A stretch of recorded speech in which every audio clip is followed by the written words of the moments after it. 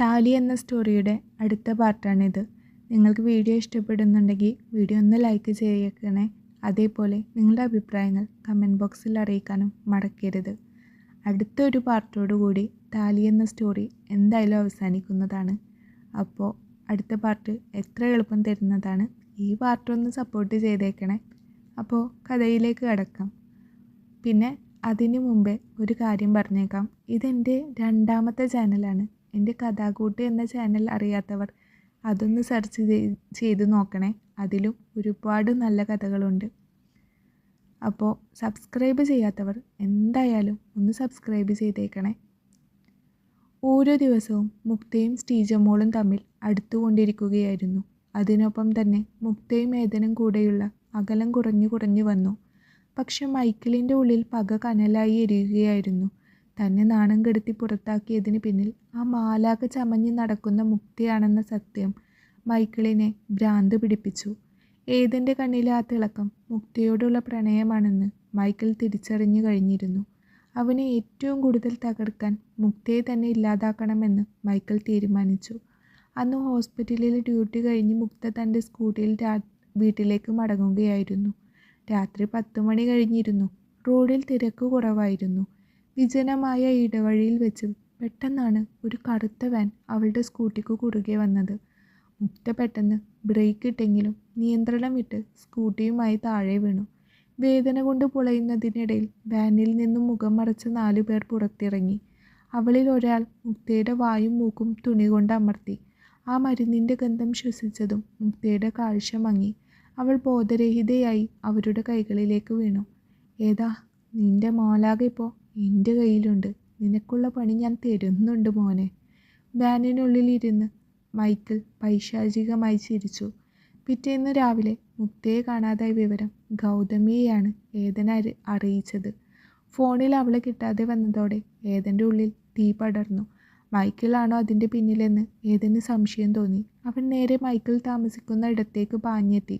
പക്ഷെ അവിടെ ആരും ഉണ്ടായിരുന്നില്ല. പെട്ടെന്നാണ് ഏതൻ്റെ ഫോണിലേക്ക് ഒരു വീഡിയോ കോൾ വന്നത്. സ്ക്രീനിൽ കൈകാലുകൾ കെട്ടിയിട്ട നിലയിൽ മുക്ത. അവളുടെ കണ്ണുകളിൽ ഭയം നിഴലിക്കുന്നുണ്ടായിരുന്നു. പിന്നിൽ നിൽക്കുന്ന മൈക്കിൾ തൻ്റെ കയ്യിലിരുന്ന കത്തിയുമായി അവളുടെ കഴുത്തിന് അരികിലേക്ക് നീങ്ങി. നിനക്ക് ഇവളെ വേണമല്ലോ. ഏതാ, ഇട്ടിപ്പാറ ഗസ്റ്റ് ഹൗസിലേക്ക് വാ. നിന്റെ അഹങ്കാരം ഇന്ന് ഞാൻ അവസാനിപ്പിക്കും. മൈക്കിളിൻ്റെ ശബ്ദത്തിൽ പക നിറഞ്ഞു. അവൻ്റെ കണ്ണുകൾ ചുവന്നു തൊടുത്തു. അവൻ തൻ്റെ ബൈക്ക് ഗസ്റ്റ് ഹൗസ് ലക്ഷ്യമാക്കി പറപ്പിച്ചു. പോകുന്ന വഴിയിൽ ആൻ്റണിയെ വിളിച്ച് വിവരം പറയാനും ഏതൻ മറന്നില്ല. ഗസ്റ്റ് ഹൗസിൽ മുക്തയെ കസേരയിൽ കെട്ടിയിട്ടിരിക്കുകയായിരുന്നു മൈക്കിൾ. നിന്റെ ഏതൻ വരും നിന്നെ രക്ഷിക്കാൻ, അല്ലല്ല നിന്റെ മരണം കാണാൻ, അവൻ മുക്തയോട് ആക്രോശിച്ചു. പെട്ടെന്നാണ് വാതിൽ തകർത്തുകൊണ്ട് ഏതൻ അകത്തേക്ക് ഇരച്ചു കയറിയത്. മൈക്കിളിൻ്റെ ആൾക്കാർ അവരെ തടയാൻ ശ്രമിച്ചെങ്കിലും ഏതൻ്റെ പ്രഹരത്തിന് മുന്നിൽ അവർ നിലംപരിശായി.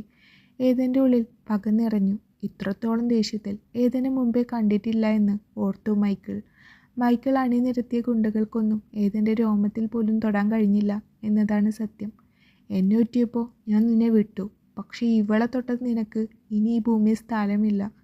മൈക്കിളിനെ നിലത്തിട്ട് ചവിട്ടുമ്പോൾ ഏതൻ്റെ ഉള്ളിൽ മുക്തയോടുള്ള തീവ്രമായ അനുരാഗം ഒരു അഗ്നിപർവ്വതം പോലെ പൊട്ടിത്തെറിക്കുന്നുണ്ടായിരുന്നു. ഏതൻ ഒറ്റ ചവിട്ടിൽ മൈക്കിൾ ചെന്ന് വീണത് മുക്തയുടെ അടുത്താണ്. പക്ഷേ ഒരു നിമിഷം ഏതൻ്റെ ശ്രദ്ധ മാറിയപ്പോൾ മൈക്കിൾ തൻ്റെ അരയിൽ കരുതിയിരുന്ന കഠാര പുറത്തെടുത്തു. ഓ, നിനക്ക് ഈ നരുന്ത് പെണ്ണിനെ തൊട്ടപ്പോൾ അങ്ങ് പൊള്ളിയോ? മൈക്കിൾ പരിഹാസത്തോടെ ചോദിച്ചു. അവൻ കത്തി മുക്തയുടെ കഴുത്തിന് നേരെ പിടിച്ചു. ഒരടി മുന്നോട്ട് വെച്ചാൽ ഇവളുടെ ചോര ഞാൻ വീഴ്ത്തും. ഏതൻ അവിടെ തറഞ്ഞു നിന്നുപോയി. മുക്തയുടെ ജീവൻ അപകടത്തിലാക്കാൻ അവന് കഴിയില്ലായിരുന്നു. മുക്തയെ ലക്ഷ്യം വെച്ച് മൈക്കിൾ കത്തി വീശാനൊരുങ്ങിയതും ചിന്തിക്കാൻ പോലും സമയം കൊടുക്കും മുമ്പേ ഏതൻ അവൾക്ക് കുറുകെ ചാടിയിരുന്നു. ഏതാ, മുക്തയുടെ നിലവിളി ആ മുറിയിൽ മുഴങ്ങി കേട്ടു. മൈക്കിളിൻ്റെ കഠാര ആഴത്തിൽ ഏതൻ്റെ വയറിൽ താഴ്ന്നിരുന്നു. ചോര വസ്ത്രത്തിലൂടെ പടർന്നു. പക്ഷെ ആ വേദനയിലും ഏതൻ മൈക്കിളിനെ ആഞ്ഞു തല്ലി. ഏതൻ്റെ കയ്യിലെ ഇരുമ്പ് വടി കൊണ്ട് ഏറ്റ പ്രഹരത്തിൽ മൈക്കിൾ ബോധം മറഞ്ഞു വീണുപോയി. ഏതൻ മുക്തയുടെ കെട്ടുകൾ കഴിക്കാൻ ശ്രമിച്ചു.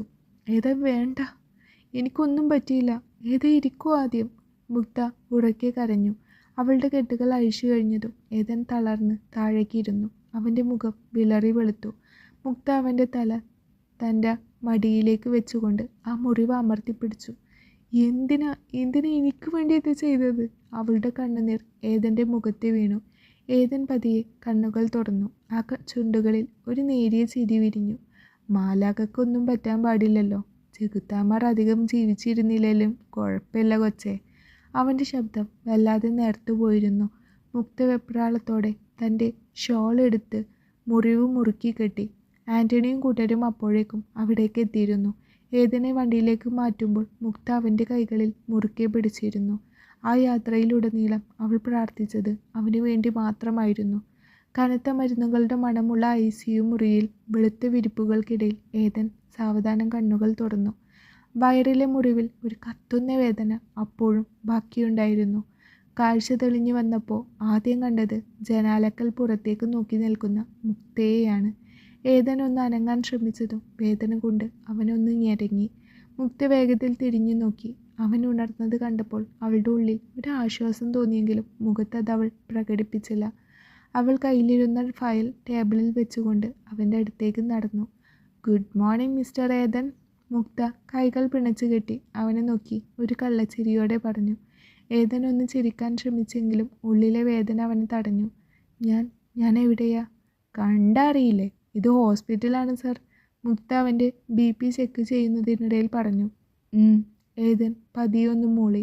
എനിക്ക് തിരികെ പോകണം, ഏതൻ ബാലിഷ്യമായി പറഞ്ഞു. പറ്റില്ല, 2 ആഴ്ചത്തേക്ക് അത് ചിന്തിക്കുക പോലും വേണ്ട, മുക്ത തീർപ്പ് കൽപ്പിക്കും മട്ടിൽ പറഞ്ഞു. അത് നീയാണോ തീരുമാനിക്കുന്നത്? ഏതന് ദേഷ്യം വന്നു. ഒരു ഹോസ്പിറ്റലിലെ പ്രൊസീജിയറൊന്നും ഒരു MBBS സ്റ്റുഡൻ്റ് ആയിരുന്ന ഏതനെ ഞാൻ പറഞ്ഞു മനസ്സിലാക്കേണ്ട കാര്യമില്ലല്ലോ. മുക്ത ഒറ്റപ്പുരികം ഉയർത്തിക്കൊണ്ട് ചോദിച്ചു. ഏതൻ ഒന്നും മിണ്ടിയില്ല. എന്നാലും ഈ കണ്ണിൽ ചോരയില്ലാത്ത ഏതൻ്റെ ഉള്ളിൽ നിന്നും എന്തുമാത്രം ബ്ലഡാണ് പോയതെന്നറിയാവോ? മുക്ത ആശ്ചര്യഭാവത്തിൽ ചോദിച്ചുപോയി. അപ്പോൾ നിങ്ങൾക്കും മുറിഞ്ഞ ചോര തന്നെയാണല്ലേ വരുന്നത്? അവൾ അവനെ കളിയാക്കി. നിന്റെ പരിഹാസം എനിക്ക് നന്നായി മനസ്സിലായി. പിന്നെ ഗുണ്ടാപണി ആയിരുന്നുവെങ്കിലും അതിലും ഏതെനൊരു നേറിയും നിറയും ഉണ്ടായിരുന്നു. ഞാൻ ഇല്ലാതാക്കിയവരെല്ലാം ഭൂമിയിൽ ജീവിക്കാൻ അർഹതയില്ലാത്ത പിശാചുകളെ മാത്രമായിരുന്നു. നല്ലവരുടെ രക്തമൊന്നും എൻ്റെ കയ്യിൽ പതിഞ്ഞിട്ടില്ല, ഏതൻ മറുപടി നൽകി. മുക്ത അമർത്തിയൊന്ന് മൂളി. മുക്ത പതിയെ അവൻ്റെ അടുത്ത് വന്നിരുന്നു. എന്നിട്ട് ആ മുഖത്തേക്ക് ഉറ്റുനോക്കി. എന്താ? ഏതൻ അവളുടെ മുഖത്തേക്ക് നോക്കി. എന്നെ അത്ര ഇഷ്ടമാണോ? എനിക്ക് വേണ്ടി ജീവൻ കളയാൻ മാത്രം ഏതെൻ്റെ ആരാ? മുക്ത ചിരിയോടെ ചോദിച്ചു. അത് ഇപ്പോൾ ആർക്കു വേണ്ടിയായാലും ഞാൻ ഇങ്ങനെയൊക്കെ തന്നെ ചെയ്യൂ, ഏതൻ പെട്ടെന്ന് മറുപടി പറഞ്ഞു. മുഖത്ത് നോക്കി കള്ളം പറഞ്ഞ കണ്ണ് ഞാൻ കുത്തിപ്പൊട്ടിക്കും. മുക്ത അവൻ്റെ കണ്ണിൽ കുത്തും പോലെ ആംഗ്യം കാണിച്ചു. ഏതൻ്റെ ചുണ്ടിൻ്റെ കോണിൽ ഒരു ചിരി തെളിഞ്ഞു വന്നു. അവൻ മുക്തയെ തന്നെ നോക്കി. ഒരു മയത്തിലൊക്കെ നോക്കിയില്ലെങ്കിൽ കണ്ണ് ഞാൻ ചൂഴ്ന്നെടുക്കുകയതാ. കണ്ണൊന്നും ചുരുക്കിക്കൊണ്ട് മുക്ത പറഞ്ഞു. അപ്പോൾ ഒരു മയത്തിലൊക്കെ നോക്കാവോ? ഏതൻ ചിരിയോടെ തിരിച്ചു ചോദിച്ചു. അങ്ങനെ ഒരു ചോദ്യം ഏതൻ്റെ അടുത്ത് നിന്ന് പ്രതീക്ഷിക്കാത്തത് കൊണ്ട് തന്നെ മുക്തയുടെ മിഴികൾ ഒന്ന് പിടഞ്ഞു. ഏതന് അത് കാണെ ചിരിയും വന്നുപോയി. മേരിയും സ്റ്റീജമോളും ഹോസ്പിറ്റലിൽ വന്നിരുന്നു. അപ്പോഴേക്കും ഏതന് റൂമിലേക്ക് മാറ്റിയിരുന്നു. ഏതനെ കണ്ട വഴിയെ സ്റ്റീജയുടെ മുഖം മങ്ങിപ്പോയി. സ്റ്റീജ് ഓടി അവൻ്റെ അടുത്തേക്ക് വന്നു. അവൻ്റെ മുറിവിൽ പതിയെ തലോടി. അവൻ്റെ കവിളിൽ ഉമ്മ കൊടുത്തു. എന്നിട്ട് ഉറക്കെ കരഞ്ഞുപോയി. ഏതൻ വേദന മറന്നുപോയി. അന്നേരം സ്റ്റീജ് ഇത്രമേൽ തന്നോട് അടുപ്പം കാണിക്കുന്നത് ആദ്യമായിട്ടാണ്. അതിന് കാരണം മുക്തയാണെന്ന് ഏതനറിയാം. എനിക്കൊന്നും പറ്റിയില്ല കുഞ്ഞോളെ, കരയാതെ. ഏതൻ സ്റ്റീജയെ ചേർത്ത് പിടിച്ചുകൊണ്ട് നെറ്റിയിൽ ഉമ്മ വെച്ചു. ജീവിതത്തിൽ തനിക്ക് കൂട്ടായി ആരൊക്കെയോ ഉണ്ടെന്നും താൻ മരിച്ചാൽ തനിക്ക് വേണ്ടി കരയാൻ ആളുണ്ടെന്നും അന്നാണ് ഏതന് മനസ്സിലായത്. മേരിക്ക് അവനൊന്ന് തീർന്നു കിട്ടിയാൽ മതി എന്നായിരുന്നു. അവന് ജീവനോടെ കണ്ടപ്പോൾ അവരുടെ മുഖത്തെ പ്രകാശം കെട്ടുപോയി. സ്റ്റീജമോൾ പോയി കഴിഞ്ഞാണ് മുക്ത തിരികെ കയറി വന്നത്. ഒരു ഇഞ്ചക്ഷൻ ഉണ്ട് ഏതാ? സൂചി കുത്തിയാ കരയുവോ? ചിരിയോടെ ചോദിച്ചുകൊണ്ട് മുക്ത അവൻ്റെ വെയിനിലേക്ക് ആ സിറിഞ്ച് ഇറക്കി വെച്ചു. ചെറിയ മയക്കമുണ്ടാവും, ഒന്ന് ഉറങ്ങിക്കോ, മുക്ത പറഞ്ഞുകൊണ്ട് പുറത്തേക്ക് കടക്കാൻ നേരം ഏതൻ അവളുടെ കൈത്തണ്ടയിൽ കൈകൾ മുറുക്കി. സംശയഭാവത്തോടെ മുക്ത അവനെ ഒന്ന് നോക്കി. എന്തു പറ്റിയേതാ? അവൻ്റെ കണ്ണുകൾ നിറഞ്ഞിരിക്കുന്നത് കാണെ മുക്ത ആശങ്കപ്പെട്ടു. ഏതൻ ഒന്നും മിണ്ടാതെ അവളുടെ കൈ ചുണ്ടുകളിലേക്ക് ചേർത്തു. ആ പ്രവൃത്തിയിൽ മുക്തക്ക് ഒന്ന് കുളിർന്നു. എനിക്ക് എന്തിഷ്ടാണെന്നോ നിന്നെ, ഏതൻ ചിരിയോടെ പറഞ്ഞു. മുക്ത വെപ്രാളത്തോടെ കൈ വലിച്ചെടുത്തു. നിന്നെ ദൈവം ഈ ചെകുത്താന് വേണ്ടി അയച്ചത് തന്നെയാണ് ഈ ഭൂമിയിലോട്ട്. ഏതൻ അവളുടെ വിരൽത്തുമ്പിൽ ഒന്നുകൂടെ ചുംബിച്ചു. അത് ഏതൻ മാത്രം അങ്ങ് തീരുമാനിച്ചാൽ മതിയോ? പതർച്ച മാറ്റി വെച്ചുകൊണ്ട് കണ്ണു ചുരുക്കിക്കൊണ്ട് മുക്ത അവനെ നോക്കി. നീയോ അത് അങ്ങനെയൊക്കെ തന്നെയാ തീരുമാനിച്ചു വെച്ചേക്കുന്നേ. ഇല്ലെങ്കിൽ ഇപ്പോൾ 1-2 വട്ടം ഞാൻ ഇങ്ങനെ ഉമ്മ വെച്ചിട്ടും മുക്ത ഇങ്ങനെ ചെറുക്കാതെ നിൽക്കുവോ? ഇതിപ്പോൾ എന്നെ അത്ര ഇഷ്ടമായത് കൊണ്ടല്ലേ എൻ്റെ കൊച്ചിങ്ങനെ മിണ്ടാതെ നിൽക്കുന്നേ. ഏതൻ ചിരിച്ചു. മുക്തയുടെ കവിളിലേക്ക് രക്തം ഇരച്ചു കയറി. അവൾ ആദ്യമായി കാണും പോലെ ഏതനെ നോക്കി. അവൻ്റെ കണ്ണുകൾ കാന്തം പോലെ തോന്നി അവൾക്ക്. ആദ്യമായി മുക്ത ആ നോട്ടത്തിൽ പതറി. ഇനി എന്തോരം ഇങ്ങനെ പതറാൻ കിടക്കുന്നു. തുടരും. സൂര്യകാന്തി. നിങ്ങൾക്ക് വീഡിയോ ഇഷ്ടപ്പെട്ട വീഡിയോ ഒന്ന് ലൈക്ക് ചെയ്തേക്കണേ. അതേപോലെ സബ്സ്ക്രൈബ് ചെയ്യാത്തവർ ഒന്ന് സബ്സ്ക്രൈബ് ചെയ്തേക്കണേ. നിങ്ങളുടെ അഭിപ്രായങ്ങൾ കമൻറ്റ് ബോക്സിൽ അറിയിക്കണം. അടുത്തൊരു പാർട്ടോടുകൂടി താലി എന്ന സ്റ്റോറി അവസാനിക്കുന്നതാണ്. തുടർന്നും ഒരുപാട് നല്ല നല്ല സ്റ്റോറികൾ ഈ ചാനലിൽ വരുന്നതാണ്. അതുകൊണ്ട് എല്ലാവരും ഒന്ന് സബ്സ്ക്രൈബ് ചെയ്തിട്ട് കഴിഞ്ഞാൽ നിങ്ങൾക്ക് സ്ഥിരം നോട്ടിഫിക്കേഷൻ വരുന്നതാണ്. അപ്പോൾ താങ്ക് യു.